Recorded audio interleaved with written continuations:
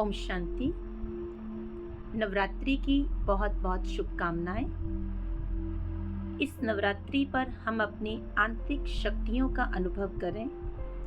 नवरात्रि की रस्में हमारी दिव्यता को जगाने के बारे में बहुत कुछ कहती हैं।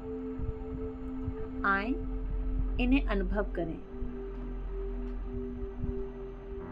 पहला, शिव और शक्ति का जो अर्थ है, परमात्मा और आत्मा। देवी को एक कुमारी अविवाहित कहा जाता है, लेकिन उन्हें माता के रूप में भी जाना जाता है और उन्हें राक्षसों का वध करने वाले शास्त्रों के साथ दिखाया गया है। जब मैं आत्मा, शक्ति, परमात्मा शिव से जुड़ती हूँ तो मैं पवित्रता, प्रेम और शक्ति को प्रकट करती हूँ। दूसरा, शक्ति के 8 हाथ दर्शाते हैं कि हर आत्मा में 8 शक्तियां होती हैं। सहन करने की शक्ति, समायोजित करने की शक्ति, सामना करने की शक्ति, परखने की शक्ति, निर्णय लेने की शक्ति, समेटने की शक्ति, संकीर्णता की शक्ति और सहयोग करने की शक्ति।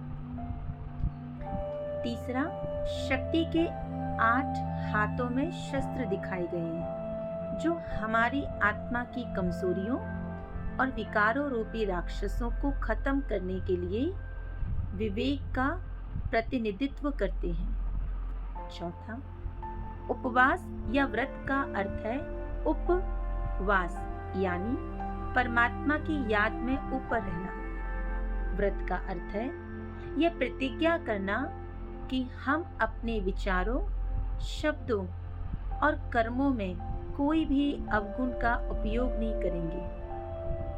यह क्रोध, आलोचना, अहंकार और हमारी अन्य गलत आदतों का उपयोग न करने का व्रत है।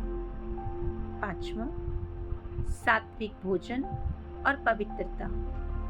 जो कुछ भी हम देखते हैं, पढ़ते हैं, सुनते हैं और बोलते हैं, खाते हैं और पीते हैं, वह उच्च ऊर्जा वाला होना चाहिए जो आत्मा और शरीर की पवित्रता को बढ़ाए।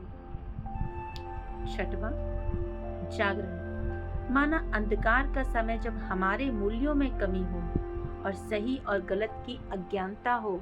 जागरण का अर्थ है एक नए तरीके से सोचने और जीने की जागरूकता होना।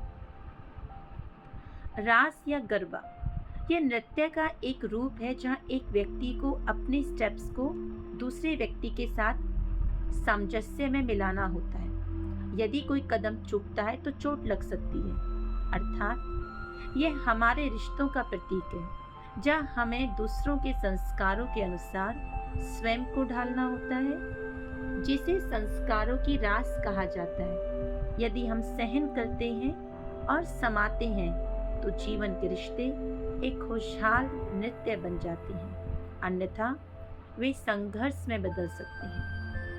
आज हमने जाना नवरात्रि किस रूप में मनाएं। आशा करते हैं आपके नवरात्रि शुभ हो, मंगल हो